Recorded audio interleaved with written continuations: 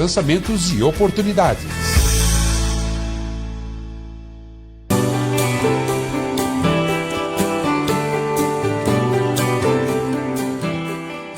Entrevistas, festas, aquele bate-papo, eventos, entretenimento, publicidade.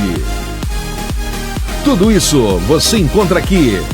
Programa do Paquito, sua empresa em destaque. Boa noite, meu povo. Estamos iniciando mais um programa do Paquito. Aqui diretamente dos estúdios da TV Galega, a imagem da cidade. Bom, para iniciar aqui, quero dizer a vocês que estão nos assistindo aí, pode estar assistindo a gente ao vivo através do site da TV Galega, ou então através do canal do YouTube, Programa do Paquito, ou então no canal Claro Net 520 HD da Claro Net. Beleza? Vamos iniciar aqui já falando aí do Costelaço do Obs. Essa festa maravilhosa que vai acontecer dia 17 de maio, lá na Cervejaria Wundenbier. Tá aí o videozinho, o pessoal pode estar olhando em casa, né? É uma super festa, vai rolar uma costela, fogo de chão, buffet livre das 11 horas da manhã até as 3 horas da tarde, tá? Então, super almoço, também aquele chopp gelado e mais de 10 atrações, contando também com a atração nacional aí, Paulinho Mocelin. Você encontra fácil aí os ingressos, né, para essa grande festa no Posto Bela Joia, ali na Antônio da Veiga, também o Madrugão Lanches na Rua São Paulo. Temos também a Cervejaria Wundenbier lá no bairro Fortaleza, na Rua da Coca-Cola, e também no site pensanoevento.com, tá? Pode entrar no site, comprar seu ingresso diretamente através do site também. Beleza? Bom, hoje aqui no programa nós temos a presença do Carlos Augusto Valdrich, famoso Caco, fotógrafo, publicitário e fotógrafo da cidade de Blumenau. E nós vamos bater um papo com ele aqui, ele já está nos bastidores, vai contar um pouquinho a respeito da sua carreira e vem aí também o lançamento do seu novo livro. É isso aí. Boa noite, Caco. Boa noite, Lúcio. Boa noite, Fernando. Boa noite. Queria primeiramente agradecer a oportunidade de estar aqui e poder estar vivenciando tudo isso, né? Porque o Fernando eu conheço desde a infância. O Paquito acho que eu devo conhecer mais de 20 anos. Não vou dizer aqui quanto tempo, mas eu acredito que seja. Mas vamos falar, eu acho que eu conheço, mais de 20 anos. Eu conheço ele há uns 40 anos já. É mesmo? Uhum. Caquinho Nós é das estudamos antigas. junto, cara. Estudamos juntos. Caquinho das antigas. Nós já jogamos futebol junto, nós já fizemos um monte de coisa quando era novo. Mano. Quem não conhece o Caco? Isso é difícil. Não morou em Blumenau. Não morou em Blumenau. Talvez a geração mais nova, os novinhos aí, talvez não conheça tanto, né? Mas essa galera aí, da faixa etária dos 30 anos pra cima aí, a maioria conhece o Caco. Eu já trabalhei aqui na TV Galega. Eu lembro disso. Já trabalhei na TV Galega em 1998. Era na Ponta Aguda? Era na Ponta Aguda. Eu acho que tu era editor, né? Eu Redator. trabalhava com um programa junto com o Fábio Fiedler. Beio, né? Pique Interativo era o nome do programa. E depois eu fiz algumas imagens também, algumas fotografias também na época pro seu Pimpão e pro Manuel, pro Mano Coelho. E tem uma história muito bacana com a Galega, né? Eu acho que legal, cara. A Galega foi, e eu acredito que ainda seja, uma grande escola para muita gente. Sim. Muitas das pessoas que passaram hoje, que vocês veem na televisão em Blumenau, passaram pela TV Galega. Fizeram escola na TV Galega e hoje, né, trabalham em grandes emissoras aí, mas passaram por aqui. Então, assim, existe uma honra muito grande, né? Quem sabe uma hora dessa aí, a gente agora que compete com o William Bonner, a Globo chama nós, né, Lúcio? A Galega tem uma história muito bacana em Blumenau, né? Legal. Apesar de que o povo aqui às vezes é um pouco esquecido, né, das coisas, né? E o que a gente faz, mas eu tenho uma gratidão enorme pela cidade, né? E minha família em si, né? uma gratidão enorme. A gente trabalha com fotografia até hoje. Meu pai tem 50 anos de fotografia, eu estou fazendo 30 anos de fotografia. Fiz, né? Ano passado, 30 anos de fotografia. Na minha família somos em 11 fotógrafos. Então tem uma história muito bacana. Agora eu falo, todo blumenauense prática, todo não, mas de década de 70, 80 e 90, com certeza fez uma foto com o pai do cara. Ou fez uma foto 3x4, ou fez uma foto de aniversário, ou fez uma foto de comunhão, ou fez uma foto de casamento. Ou um evento empresarial corporativo. Algum evento passou por alguém da minha família. Então sua família também é toda de fotógrafos? Uma boa parte, né, dos meus tios trabalham com fotografia até hoje, né? Um é falecido, né, mas ainda tenho primos e tios que trabalham com fotografia e exercem a profissão até hoje, né? Então, lógico, cada um no seu segmento, cada um faz o seu, né? Um faz casamento, outro faz evento corporativo, né? E eu me especializei mais no landscape, nas fotografias aéreas, mas faço evento, hoje em dia não dá pra gente escolher muito o trabalho, né? O que vem a gente faz, mas com a experiência que a gente acaba ganhando com a vida, né? Então os acontecimentos acabam vindo e a gente tenta sempre realmente inovar, fazer algo diferente. Então o meu slogan sempre diz: Caco Valdes, a sua imagem é o nosso negócio. Então, indiferente daquilo que você for fazer, se é foto, vídeo ou marketing, né, eu estarei sempre presente para tentar te trazer sempre a melhor imagem. Fernando, temos uma máquina hoje, hein? Pois é, eu tava conversando com o Caco ali antes a respeito do livro aí que ele vai em breve estar sendo lançado, né? Infelizmente ele comentou que não pode ainda abrir o livro literalmente aqui por questões contratuais, mas ele já deu uma palhinha do que ele vai contar para nós, né? Sim. E assim, pelo que eu percebi, Caco, sendo como primeira conversa a respeito do teu livro, apesar de a gente conversar quase que diariamente, eu me surpreendi com as coisas que eu conversei com o Caco hoje, não sabia esse outro lado dele. E eu vi que tudo aquilo que tu tá tentando transmitir no livro, a gente vê que não foi uma simples foto, né? Foi uma aventura com bastante emoção. Então, assim, para começar o nosso papo, que eu já vi que o Caco ama isso, né? O que essas fotos que estão no livro, ou as fotos que você fez aí, nesses lugares um tanto quanto inacessíveis, né? Que eu acho que o ser humano normal não vai circular onde ele foi, né? Mas talvez através da foto a gente tenha um pouquinho, um gostinho de sentir o ambiente. O que representa isso para ti, Caco? Eu acho que a fotografia em si, o nome dela diz fotografia, né? Em grego, né? Em romano, ela diz fotografia. Foto, né? Escrita da luz. Isso é fotografia. Então toda vez que você faz uma fotografia, você coloca um pouquinho do teu coração na ponta do dedo. E ali você tenta transmitir para as pessoas um pouquinho da emoção que você sente. Tem muitas fotografias que eu gostaria de ter feito, mas hoje elas permeiam somente a minha mente, os meus olhos. E eu vejo os olhos como janelas da alma. Então elas transmitem aquilo que você é, aquilo que você faz, a forma como você trata as pessoas, todos os livros que você leu, todos os vídeos que você viu, todas as experiências profissionais que você teve, positivas ou negativas. Então isso o fotógrafo transmite na hora de fazer uma fotografia.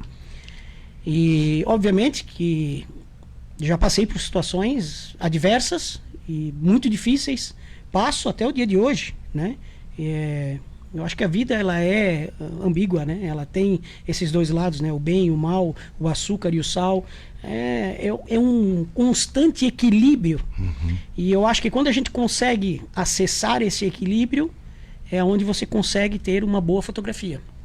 Mas que para que isso aconteça, você tem que ralar muito, né? E às vezes vem situações muito adversas que não estão preparadas e nem programadas na sua mente, muito menos na sua vida, mas que a experiência em si faz você passar. E dali você traz então aquela experiência para dentro de si. E aí a hora que você vai fazer uma fotografia, você transmite aquilo que você sentiu. Então, por muitos lugares que eu passei na minha vida, eu percebi que o meu lado sentimental, às vezes, não podia falar muito alto. Eu tinha que deixar o meu lado racional. Porque se eu não usasse o meu lado racional, talvez hoje eu não estaria aqui para conversar com vocês. Pois é. É isso que eu ia tocar na sequência aqui. Os lugares que esse cara se meteu para fazer foto, meu irmão. Foram 27 países? Vai vendo aí. 27 países. Eu conheço Então, hoje. 27 que estão no livro, né? Mas já passou por 37 o livro países. o livro é uma coletânea, né, de imagens. O nome do livro chama-se Os 4 Elementos e as 8 Direções. E os 4 elementos, água, fogo, terra e ar. Então é um compilado de 30 anos de imagem. Imagens de fogo, imagens de terra, imagens de água e imagens de ar. Cada uma delas escolhidas a dedo. Foi uma tarefa super árdua para poder achar esses arquivos, né? Foram aí, cara, eu perdi até a conta, mas eu acho que tem mais de 30 mil fotos em HDs. Nossa senhora. Então, assim, foi muito difícil a escolha, a curadoria foi muito difícil para poder ser feita, colocar. O editor do livro disse, não, eu achava outra foto que tu botou mais bonita, mas eu coloquei uma outra. Por quê? Porque o sentimento daquela foto era maior do que aquela outra foto que eu tive. Poxa, mas ela era uma foto muito mais bonita, talvez, no livro. Talvez fique pro próximo.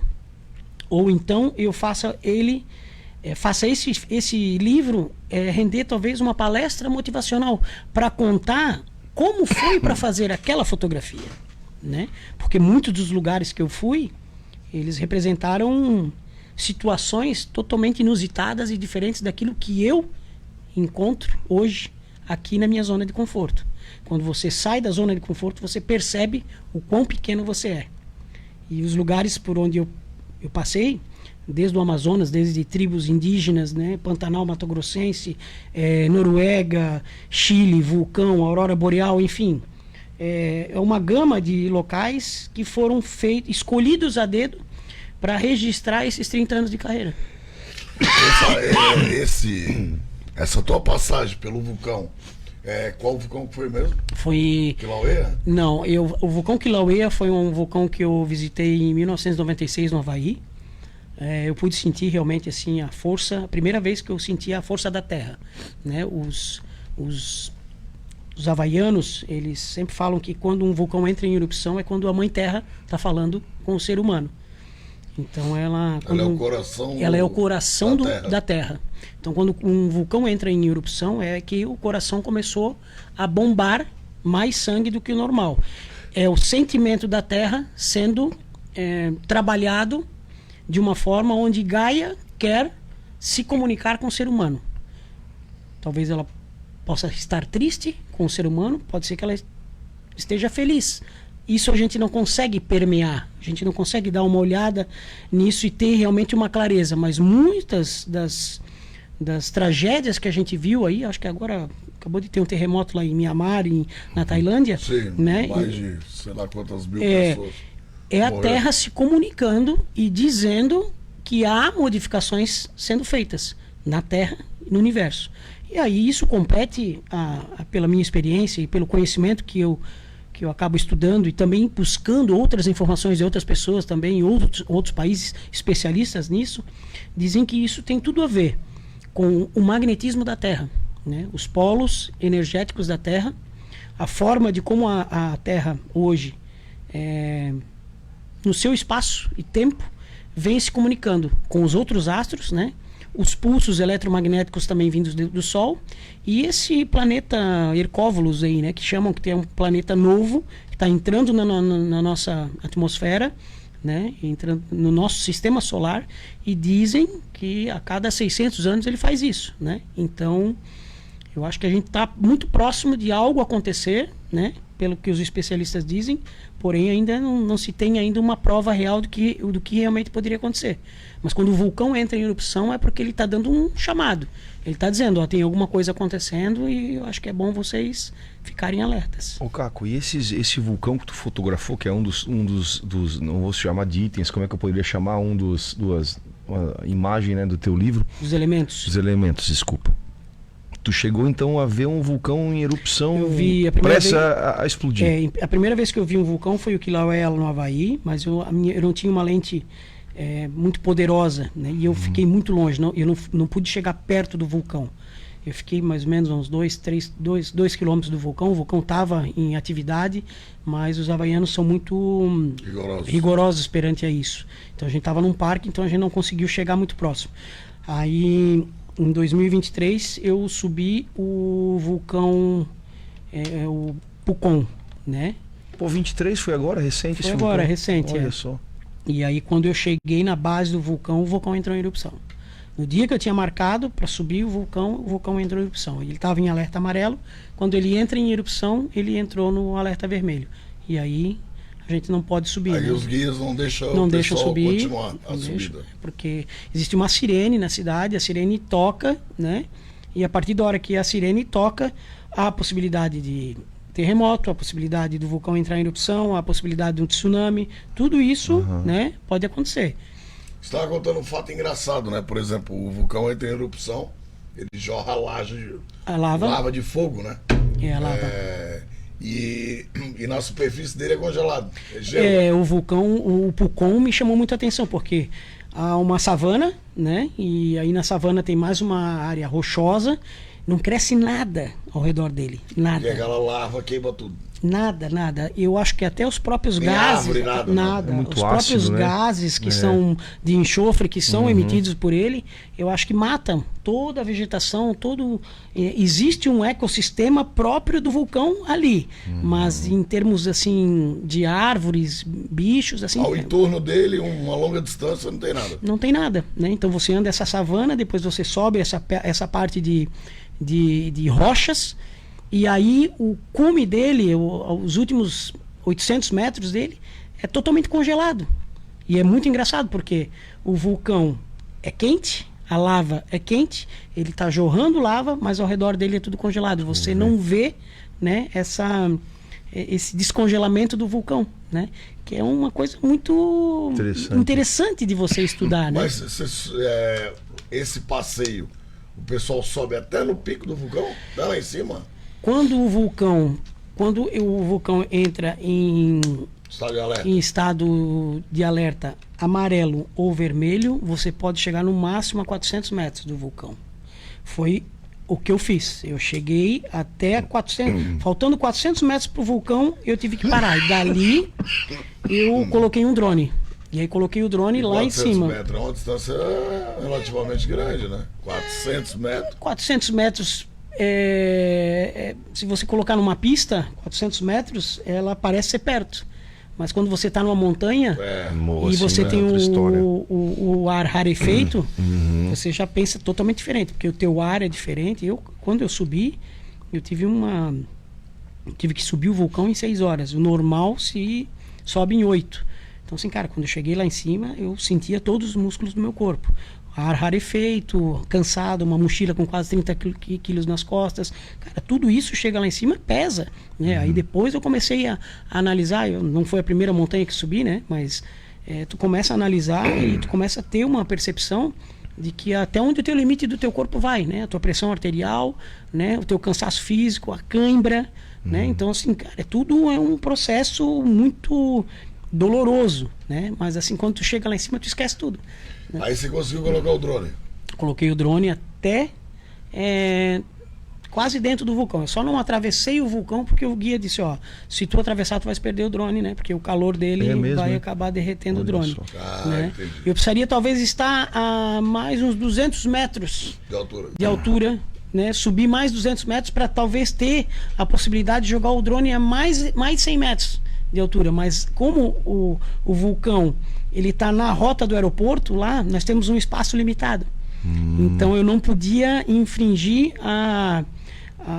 o espaço aéreo, né, que o Chile determina para isso, né? Tanto é que a cidade de Pucón são alguns lugares que tu consegue voar, outros tu já não consegue porque são rotas obrigatórias de avião, né? Então o drone ele já tem no teu próprio aplicativo, já te mostra, né? Uma aeronave está chegando próximo, né?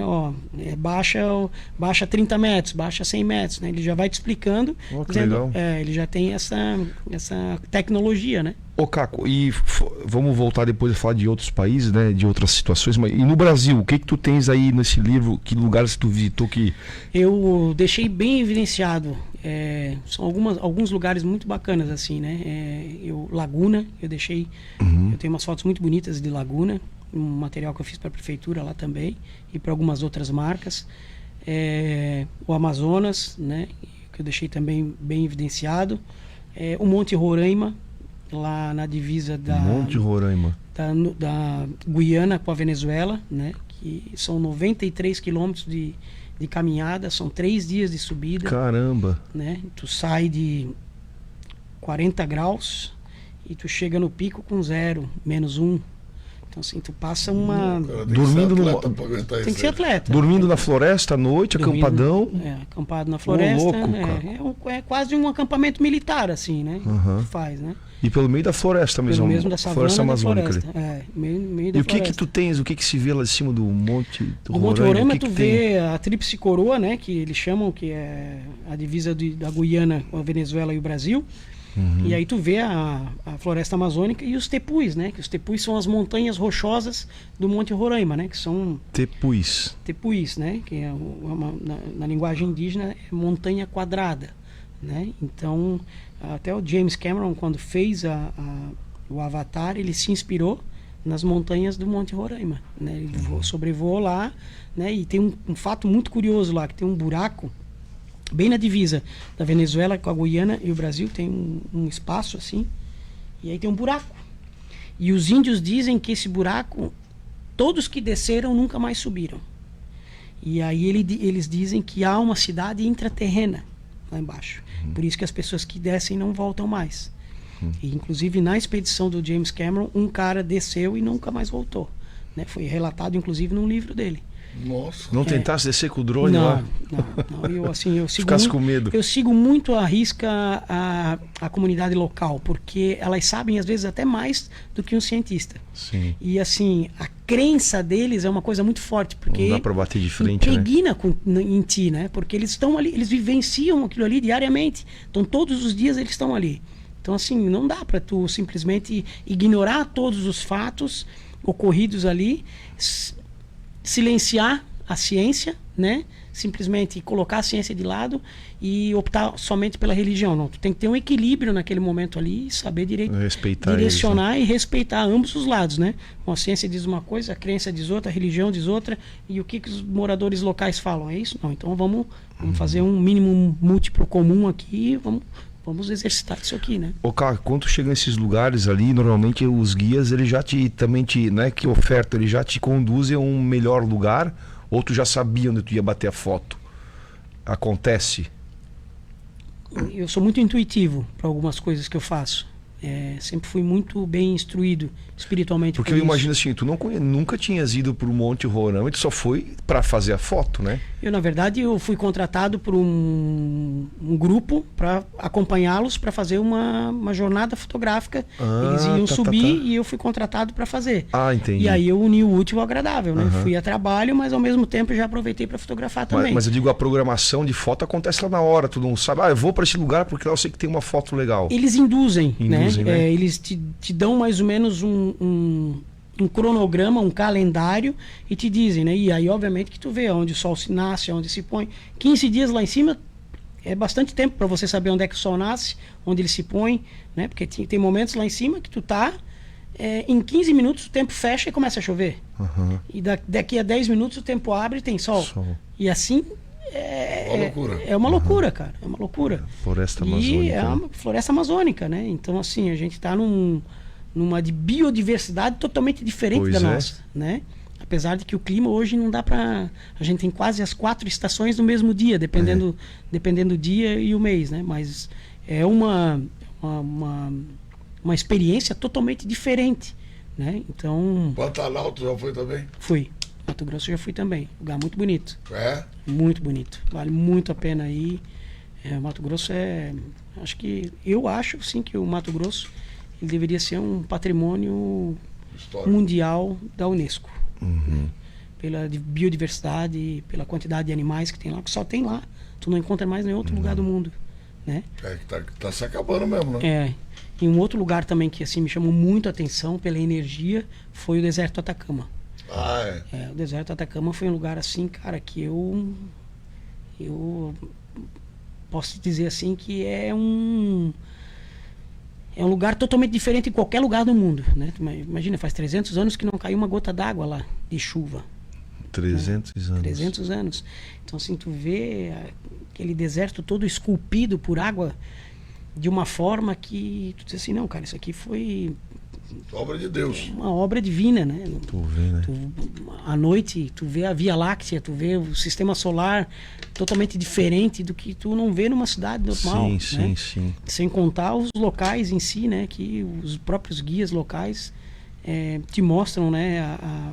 A diferença que existe em termos de arenito, de rochas. Cara, existem rochas lá de cores de uma gama do arco-íris, por exemplo. Tu consegue observar as cores delas totalmente, né? Como no Vale do Arco-Íris, lá tu consegue ver 6, 8 cores de areias totalmente diferentes daquilo que tu nunca tinha visto na tua vida. Olha só. Então eu saí de Pucón e fui até o deserto de Salar, lá na Bolívia. Então fiz praticamente 3.600 quilômetros, né, por dentro do deserto. Eu e um português que eu encontrei no caminho lá. Né? Encontrei um português doido que estava fazendo uma expedição para a Antártida e resolveu Dá uma passadinha. lá em Pucón a gente meio que se encontrou e eu disse, olha, cara, eu tô a fim de ir. Cara, vamos alugar um carro e vamos fazer. E a coisa meio que aconteceu. E essas são as grandes as coisas bacanas que acontecem na cidade. São as pessoas que tu Grandes conhece. tesouros, né? As grandes Que o cara pessoas, acha, né? as pessoas que tu conhece na viagem, cara. Hoje eu tenho pessoas Mundo inteiro. em qualquer lugar do mundo que eu for hoje, eu tenho uma casa para ficar. Porque as amizades que tu faz, ela é pro resto da vida. Sim. Né? Então, às vezes, tu tá aqui e tu E não... você costuma voltar nos lugares que você foi ou não? Você costuma mudar? Eu gosto sempre de mudar. Mudar. Né? Eu gosto sempre de buscar locais diferentes para tu ter experiências novas e diferentes, né? Mas muitos dos lugares eu sou sempre convidado a voltar. Eu imagino que nesse livro, então, não coube nada que eu digo, não coube muito do Da que tua tu tens história. da tua história, né? Ainda vai ter que ter mais um livro. Eu não fiz uma biografia, né? Eu fiz um livro voltado a 30 anos de carreira, exemplificando os 4 elementos, água, fogo, terra e ar. Porque era uma dívida que eu tinha comigo e com a natureza, com a minha natureza. Era algo que eu tinha que fazer, porque em cima disso depois a gente vai fazer uma palestra motivacional contando os perrengues que eu tive para fazer cada fotografia daquela. Certo. Então a minha autobiografia talvez seja um pouquinho mais para frente, depois de mais um ou dois livros que eu tenho já mais ou menos programado na cabeça. Mas acho que tem que fazer primeiro um para depois fazer os Mas outros. Né? muita coisa é ligada a foto e vídeo, né? Hoje você não faz só foto, você faz vídeo também, né? O vídeo hoje se tornou algo meio que indispensável, Mundial, né? não tem, indispensável, né? Porque indispensável. a gente usa o Instagram, usa o Facebook, usa o YouTube, né? Então, hoje um podcast que vocês têm hoje, se não fosse pelo vídeo, né? Imagina fazer um podcast de fotografia. Não teria como, né? Mas o vídeo, ele... As duas coisas são importantes, são né? importantes, porque ele Então, acaba quando você vivenciando, anda né? com uma máquina de foto, geralmente você anda com o drone junto, para também trazer imagem e vídeo. Hoje a máquina, ela faz foto e vídeo, né? O drone faz tá. foto e vídeo, Sim. né? Então, assim, tu só muda a tecla, né? A tecla. Bota a tecla para foto, bota a tecla para vídeo. E aí vai do feeling, né? Do publicitário ali, né? Do fotógrafo, ver o que é interessante para ele. Se tiver ação, é legal ter um vídeo. Se tu quer um congelamento daquela imagem, é legal tu usar uma fotografia. Aí vai da intuição dele e do momento em si, né? Que tu precisas ter para poder... Agora, é o feeling, né? Que a gente chama, né? Olha a dificuldade que era quando não tinha drone para tirar imagens da área. É complicado, Meu né? Deus do O céu. meu cara. pai começou a fazer foto aérea em 1981, 81, 82. Eu tinha 9 anos de idade, né? Foi a minha grande inspiração. Por que que tu começou a fazer foto aérea, Caco? Eu comecei a fazer foto aérea porque meu pai reclamava muito na época de que o helicóptero e o avião por ele ser muito rápido, né? E o helicóptero por ser muito caro na época, né? E nem sempre ele conseguia chegar próximo ao objetivo que ele queria, a ter o foco necessário.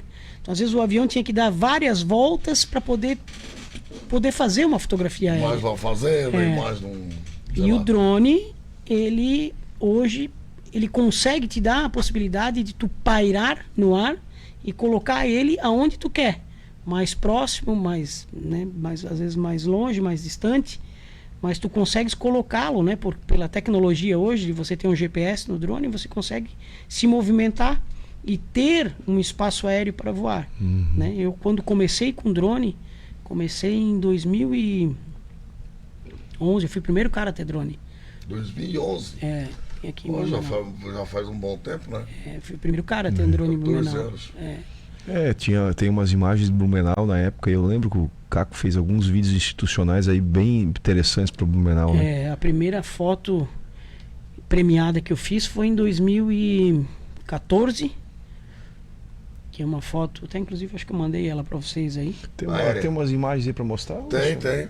Vamos dar uma Ô, olhadinha? Thiago, vamos mostrar algumas imagens aí, ou vídeos. Ô, não sei louco, pra onde olha você- aí, o que é isso aí, é cara? Ó, bonito. Essa é a Aurora Boreal, na Noruega, né? Na cidade de Tromsø. Nossa, cara, que foto, hein? É uma cidade bem Cara, fria. parece que foi pintado Na isso daí. Noruega, parece um quadro. Cara, que troço Eu interessante. subi uma montanha de 820 metros de altura, botei o drone a Mas não é a 200, Ponte Chile Luz, não, Caco, ali, Florianópolis? botei o drone a 230 metros de altura e o drone ficou no ar, pairando no ar durante 5, quase no máximo 6 minutos. Nesse dia aí tava 27 graus abaixo de zero. Caramba, lá é E eu muito frio. quase morri de hipotermia nesse dia. Sério? Eu não morri de hipotermia porque a recepcionista do hotel era Cara, formada mas- em paramédica e quando eu cheguei no hotel ela perguntou para mim, o senhor tá bem? Eu disse, eu acho que sim. Eu falei, me sentindo um pouco sonolento e tal. E eu só fui começar a perceber quando eu vi que os meus dedos estavam roxos, né? Os dedos da mão. Mesmo com todo o aparato de roupa, agasalho, tudo, não tinha jeito. É um frio, assim, indescritível, cara. É mesmo? Lá, pra te ter uma ideia, nesse dia os caras olhavam pra mim e diziam, não, esse bicho deve ser louco, né? Porque os caras tudo com roupas de pele, né? De urso, foca. São peles de animais, assim. Dava pra perceber que realmente era uma roupa totalmente diferenciada daquela roupa que eu tinha. E, cara, eu tava com 3 calças, 2 meias, bota, jaqueta, balaclava, touca. Tudo que tinha direito. Tudo que tinha direito, cara. E mesmo assim eu passei frio, cara. 27 graus abaixo de Abaixo de zero. zero. Nossa. Mas aí deve ser um dos poucos lugares que faz isso, né? A Tromsø, depois eu fui pra Alta, peguei 33, que era um pouco mais gelado. Meu Deus do céu. Era Qual é a mais gelado. próxima ali? Qual é a próxima? Vamos na próxima aí. Essa foto é nas Ilhas Maldivas. Essa é uma menina, eu chamo essa foto de a Mona Lisa dos tempos modernos, né? É uma foto de uma menina que ela estava dentro de uma casa e ela geralmente usa uma burca, né? Elas tampam, né? Rosto. E ela estava destampada porque ela estava dentro de casa e ela abriu a janela. Quando ela abriu a janela, eu estava com uma lente 500mm. E eu fiz essa foto, devia estar uns 300 metros dela. E aí eu consegui fazer esse clique aí, né? Porque geralmente elas usam a burca, então elas ficam só com... Ela não consegue ver o rosto. E aí o olhar dela me impressionou muito, né? Muito. O colorido da fotografia. Isso assim. aonde foi? Isso é nas Ilhas Maldivas. Ilhas Maldivas. Vamos para a próxima. Essa é a estação de metrô de Washington, que é uma foto que eu gosto pela geometria dela, né? Pela forma de como foi construído. Pois é. O Fernando, como- que é engenheiro como- aí. O tridimensional que tu conseguiu captar, que interessante. E aí em cima e assim, todas as estações de Washington são feitas com essa geometria. Como diz o Caco, sem IA, né? Sem IA. Sem IA, tá, Lúcio? Que é isso? Sem inteligência artificial. cara. Não é editado a foto. É uma foto assim mais. Eu gosto muito da geometria na fotografia, porque Não, ficou legal essa a foto. fotografia tem tudo a ver com isso, né? Parece que o... eu que coloquei o... ela no livro, inclusive, e falei, né, do processo de engenharia que foi feito para poder fazer essa estação, né, e o que ela significava para a cidade de Washington. Vamos para a próxima. Essa é uma das raríssimas fotos que tem de Blumenau, com o céu praticamente azul, refletindo a água verde do rio, né? Que também é muito difícil você pegar uma água Um dia que esteja- que esteja Com tudo dando certo. com tudo certo, né? O azul do céu refletido no azul da É uma água. cidade né? bonita, né? É. Vamos lá, Thiago. Essa também é uma foto lá nas Ilhas Maldivas, né? É uma foto assim bem interessante porque ela reflete o coral, o dourado do coral no teto, né, da foto, né? O espelhamento do coral com a água é o que me chamou mais a atenção. E a biodiversidade, né, do local. Tu fez foto dentro da água também? Subaquática também faço. Olha só. Vamos lá, Thiago. O vídeo. Isso tem. Isso é aqui na Praia Grande. Praia Grande. Que é a capital do balonismo no Brasil, né? Chama-se a Capadócia Brasileira. Né? Então, isso foi um passeio de balão que eu fiz com um grande amigo que eu tenho lá. E eu também coloquei no livro porque eu acho muito bonito o contraste dos livros, dos balões, né? Do colorido dos balões com a cidade em si, né? Olha só que legal. Então eu decolei com o drone de dentro do balão, inclusive.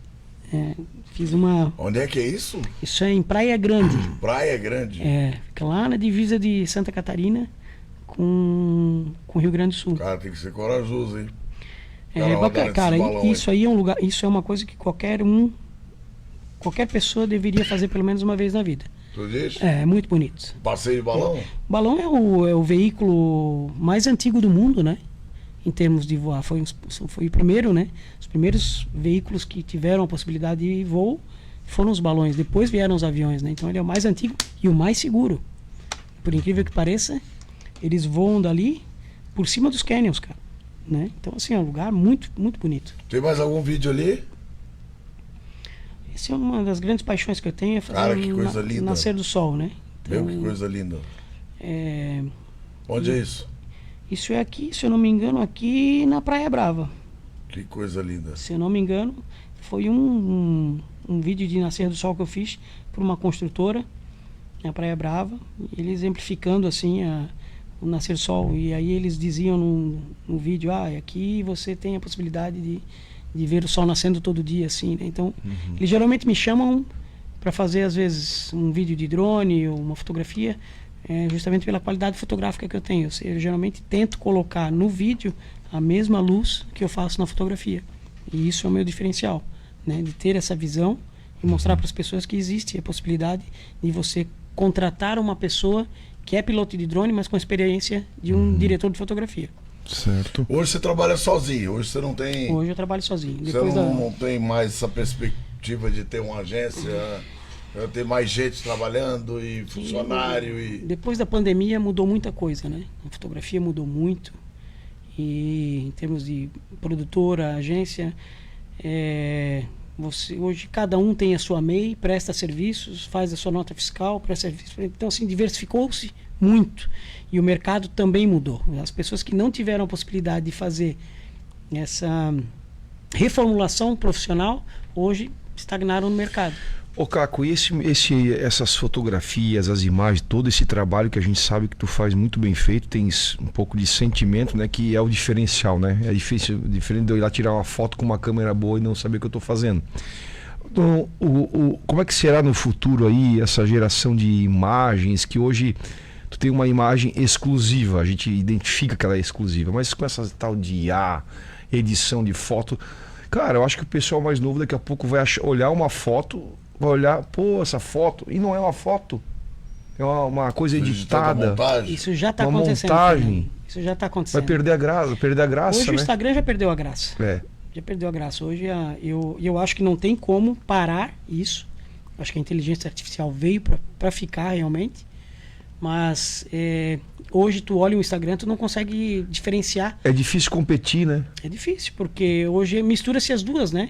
Eu posso vir aqui fazer uma foto e colocar nós num lugar totalmente diferente. Pois é. Sentados numa mesa. Lá no vulcão contigo. Pendurados num balão, né? Na Antártida. De camiseta. Posso até botar uma roupa, posso botar uma touca hoje e as pessoas não percebem. Eu acho assim que perdeu-se um pouco da arte da fotografia, que é a escola de onde eu vim. Né? Eu vim da minha escola, quando comecei na fotografia, comecei a ter os primeiros passos na fotografia, ali com 9 anos de idade. Eu, menor ainda, meu pai tinha um laboratório preto e branco em casa, eu via meu pai revelar filme nas banheirinhas de revelador, de fixador, dentro de um quarto escuro, na minha casa. E então, E eu peguei essa veia artística da fotografia, comecei a perceber que a fotografia tinha uma veia artística. Os primeiros congressos que meu pai, exposições fotográficas que meu pai participou, a gente via que existia uma raiz fotográfica, um sentimento, né, um momento congelado. Hoje a gente não consegue perceber se realmente isso é uma fotografia verdadeira ou se é uma inteligência artificial. Mas ao mesmo tempo que essas coisas evoluem e dão esse choque, às vezes elas revertem para trás de novo e a pessoa começa a querer valorizar o original, o antigo, né? Eu estava vendo essa semana, não sei se foi semana passada, um jornalista comentando que fizeram uma pesquisa aí a nível nacional onde os participantes ali, a grande maioria, está preferindo confiar nas notícias dadas pelos rádios, pelos locutores de rádio, do que às vezes confiar no que está vindo nas redes sociais, nesse negócio. Porque é tanta historinha, tanta fake news, tanta mentira, que eles já estão preferindo retroagir e acreditar na rádio, né? Porque a rádio é mais idônea, né? Ela não inventa coisa, ela está ali com o fato real. Então, às vezes a gente pensa que a fotografia vai ficar para trás, perder para a inteligência artificial. Eu acho que daqui a pouco ela vai ser mais valorizada ainda pela originalidade e, como tu falou, pela história que tem ali atrás. Se o fotógrafo conseguir transmitir aquela história, talvez não só pela fotografia, mas um belo exemplo, o material que tu criou, um livro com história, com sentimento, quem que gosta daquilo vai perceber na hora, não é fazer um livro de fotografia por IA, sabe? Bem diferente. Eu acredito ainda que a gente vai ter alguma mudança, né? Eu só não sei ainda até que ponto essa mudança vai favorecer ou desfavorecer. Mas eu acho que uma boa parte dos fotógrafos que estão partindo diretamente só para a fotografia digital, eles vão ter o mercado deles, né? Assim como o fotógrafo raiz vai ter o seu mercado. E eles vão ser separados por segmentos. E aí, obviamente, que o mercado ele vai pulverizando e ele vai automaticamente separando e as coisas vão se encaixando, né? Até que ponto isso vai acontecer? Eu não sei, porque olha o que era a Kodak, né? A Kodak e a Fuji eram as maiores empresas de fotografia que existiram. Eles ganhavam muito dinheiro. Essas marcas aí eram... E a partir da hora que a Kodak não acreditou na fotografia digital, onde a Sony acabou entrando no mercado, foi onde a Sony deu um boom na fotografia, né? A Kodak acabou morrendo, né? Ficando para trás. Então eu não sei até que ponto isso é bom ou ruim, a gente não consegue distinguir ainda, né? Ô Caco, você fez muita foto nas casas noturnas também, né? Na região, né? Carambas, Camorra. Carambas, Balihai, Camorra, Green Valley, Marung. Bom, eu fui um dos fotógrafos pioneiros do Zinabre, né? Acho que foi um dos primeiros sites. Quando começou a sair esses sites com fotos. Zinabre, depois veio o entodas.com.br, depois veio... Enfim, tinha mais alguns outros sites também que a gente fotografava. E como é que tempo era? de disquete ainda, né? Como é que era trabalhar na noite? Trabalhar com fotos na noite? Foi uma época, né? Eu acho que a noite ela te revela várias coisas, né? Ela te revela tanto o lado bom, que eu acho que é o entretenimento, o contato, tu conversar com as pessoas e tal, mas ao mesmo tempo ela te desgasta emocionalmente. Tu perder sono, hoje em dia é muito difícil perder sono, né? Que a gente tá ficando mais velho, parece que a gente quer ficar mais recluso, mais em casa, né? Mas ao mesmo tempo me abriu muitas portas, né? À noite conheci muita gente por isso também. Fizesse muita foto de casamento na cidade também, não? Fiz foto de casamento, fiz foto de batizado, fiz foto de aniversário, de evento, de formatura. A minha escola, formatura também. Ela passou, né, por todos os segmentos da fotografia, né? Então. Mas nessa época tu trabalhou esses 2, 3, até 4 nichos ao mesmo tempo. Cara, tinha. Formatura, casa noturna, com. Tinha dias assim que eu fazia um casamento, fazia um batizado, fazia uma formatura no mesmo dia. O que é mais cansativo? A noite, ou casamento ou formatura? Porque parece casamento é um tal de puxa pra cá, bate foto, puxa pra lá. Eu nunca tive muito saco para casamento. É, né? É. É uma noite inteira infernal, acho, né? acho muito bonito, né? Acho que tem uma veia bacana, assim, mas nunca me especializei muito. Os meus tios, meus primos gostam muito de fazer isso, mas eu nunca tive muita paciência, porque Muito maçante, né? Todo mundo de cima. E... Acho que hoje em dia dá mais dinheiro fazer foto da separação. Entrar um novo, vamos inventar um novo nicho, foto da separação. E eu foquei mais, assim, em termos corporativos, assim, né? Em empresas, né? Trabalhou com o Christian Rocha também? Trabalhei com o Cristian Rocha Pessoal também. de Tomelim, a família Tomelim, trabalhei também com eles. Você ali. contou um episódio que você fez fotos Já fiz fotos deles, da fazenda, da vinícola. Eles têm uma gama de negócios muito grandes, né? Então, assim, o legal da fotografia é que ela te leva para lugares que tu nunca imaginasse um dia aí. E tu aprende com isso, né? Por exemplo, na vinícola eu aprendi tudo sobre vinho, né? Lógico que tem muito para aprender ainda, mas eu era leigo. Não tinha coisas que eu nunca imaginei que um dia eu fosse saber, né? De vinho. E acabei aprendendo. Aprendi com a soja, né? Aprendi com plantio, aprendi sobre pulverização, né? Aprendi sobre agronomia, né? Sobre engenharia, né? Sobre arquitetura, né? Então e eu trabalhei durante 10 anos na Uniaselv também, né? Então trabalhava no audiovisual. Então todas as matérias, todas as disciplinas que passavam pela Uniaselv na época, eu fazia os vídeos, né? Na época eram DVDs ainda que eram mandados para os alunos, né? Com todas as disciplinas. Então, assim, cada disciplina daquela que eu gravava, eu aprendia um pouquinho, né? Então, assim, foram 10 anos que eu fiquei dentro da universidade estudando. Fiz minha pós-graduação, né? Em faculdade. Então, tu vai interagindo com as pessoas, tu vai buscando conhecimento, tu vais aprendendo também. E isso tudo vai somando na tua experiência, né? Então, quando as pessoas conversam comigo sobre algum assunto, talvez às vezes tem coisas que às vezes eu não sei, mas já tive um contato alguma vez com uma disciplina, com algum assunto que me rendeu alguma coisa. Então eu sempre consigo entender o que a pessoa está falando. Obviamente que se tu vieres me falar aqui sobre geometria espacial, sobre cálculos de engenharia, eu não vou saber te dizer, mas eu vou poder te dizer dos ângulos que eu já fiz fotografia e que eu acho que seriam bacanas, né? Assim como a gente viu ali numa foto da estação do metrô, né? Então a gente vê o quanto o ser humano é audacioso, né? De fazer um túnel daquele ali em quase 50 metros de profundidade, né? Ô Caco, uma pergunta. No passado existiam... Tem a tal do paparazzi que vendia foto e pegava, flagrava isso, flagrava aquilo. Isso aí eu acho que meio que acabou um pouco, né? Os artistas aí. Mas o mercado de revistas, né? No passado também tinha um mercado fantástico para fotografia. Hoje isso acabou? Acabou, né? Porque Acabou as revistas tudo. acabaram, né? Eu fiz muita foto paparazzi, assim. Fiz muita foto de coluna social para a revista Caras, Contigo, Capricho, Playboy... várias, Náutica, fiz várias fotos, né? Na época que até o nosso amigo Valmir Bedus, que era colunista da revista Caras, ele fazia Fashion Style, que era uma festa que ele fazia com glamour aí, vinha famosos do Brasil inteiro. A gente fotografava para outros colunistas também aí na ilha de Santa Catarina, lá em Florianópolis. Então, assim, as revistas, elas... mandaram por uns 10 anos, eu acredito que mandaram no Brasil.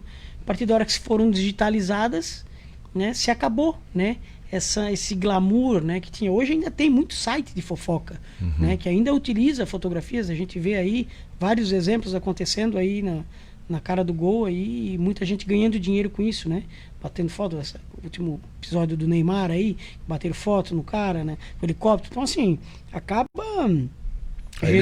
Ainda existe, né? Mas o cara não ganha mais aquela grana que ele ganhava antigamente, né? Pois é. O custo baixou bastante e só se realmente a coisa é muito seleta, muito né? sensacional. Muito incrível. Muito incrível, né? Aí o cara, né? Ô Caco, desses países todos que você rodou aí, tem algum que você gostaria de ter morado ou não? Assim, um ou dois que você mais gostou? Todos os lugares. Eu gostaria de ter ficado muito mais tempo do que eu poderia, né? Mas às vezes o dinheiro é mais curto, né? Mas os Estados Unidos é fascinante, porque lá tudo funciona, né? É muito bacana. Eu conheço alguns estados lá muito legais, assim. E aquela região de Washington ali é muito bonita, né? A região do Arizona também é muito bonito também. E o México é um lugar sensacional. O Chile é muito bacana. Acho que a cultura, a diversidade cultural que tu acaba descobrindo nas pessoas, a bondade que tem nas pessoas, eu acho isso muito bacana, né? Muitas das vezes... Mas você diz em pequenos centros, né? No Chile o cara se sente na lua, né? Parece que tá andando na lua, né? Em Porque alguns assim, momentos. são lugares que não passavam pela minha cabeça até eu chegar naquele lugar lá, né? Por exemplo, tem uma cidade que eu passei, eu cheguei em Temuco. Isso é uma situação muito corriqueira que acabou acontecendo comigo. Quando eu saí de Pucón e eu fui a Temuco, de Temuco eu tinha que ir até uma cidade, não lembro agora de cabeça, eu tinha que ir a Santiago. Para Santiago a gente alugou o carro para fazer o deserto de Atacama. E entre uma cidade e a outra eu peguei um voo mais barato, cheguei na cidade à noite. Cara, e a cidade de Temuco é uma cidade totalmente industrializada. Ela só vive durante o dia. À noite ela é super perigosa. Pra te ter uma noção, assim... Criminalidade? Criminalidade. Olha só. É muito forte. Tu vê nas lojas, assim, 6 horas da tarde, eles fecham as lojas e as lojas todas gradeadas, assim. E ninguém te atende, cara. E eu não tinha hotel pra ficar. Eu precisava passar a noite. Eu peguei um Uber, né, quando eu cheguei. E o cara do Uber disse, não, nós vamos tentar achar um hotel pra ti aqui, cara. Cara, eu rodei a cidade, assim, por 1h30. Caramba! Pra poder achar um hotel e não tinha. O Uber, me levou pra dormir na casa dele, velho. Olha só. Ele tirou o filho dele da cama, onde o filho dele dormia. Ele tirou o filho dele da cama. A mulher dele trocou a roupa de cama e eu dormi na cama do filho dele, cara. A esposa dele e ele dormiram num outro quarto. Até no outro dia de manhã, às 6h30 da manhã. Olha só. Para eu poder pegar o avião às 8 horas da manhã, né? Então assim, a casa dele era muito próxima do aeroporto. Ele terminou, eu fiquei no Uber dele, ele me levou até a casa, ele fez o Uber, voltou para casa. A mulher dele me tratou assim, cara, como se fosse um filho, cara. Café da manhã, roupa de cama limpa, melhor do que um hotel, cara. Nossa Senhora. Essas São coisas que, milagres que cara, acontecem. são coisas que acontecem na tua vida. Se eu tivesse ficado na rua aquele dia lá, provavelmente eu seria assaltado. Talvez não estaria nem vivo. Porque assim, eu passei pela rodoviária, passei por uma favela que tinha, eu falei, cara, eu vou morrer aqui, cara. Ô, louco. Os caras, barra pesada, assim. Terra sem lei. Terra sem lei. Terra sem lei. Tu via no rosto das pessoas a maldade. Nossa. E, cara, tu sente, né? Tu tá num lugar, tu sente. E essas terras congeladas lá, que você passou por lá? Lá é um lugar assim mais inóspito, né? As pessoas lá são mais retraídas. Congela até a bala do revólver lá, congela, Lúcio. Ou caras vai são- ficar dentro de casa? Porque é muito frio, né? Não tem como andar, né? É, muito frio. Então, assim, o tempo que eu fiquei lá foi um tempo assim. Na época que eu fui, né? O sol lá se põe mais cedo.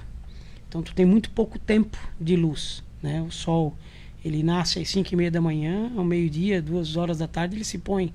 Então, o teu espaço de tempo fora, na rua, é muito pouco.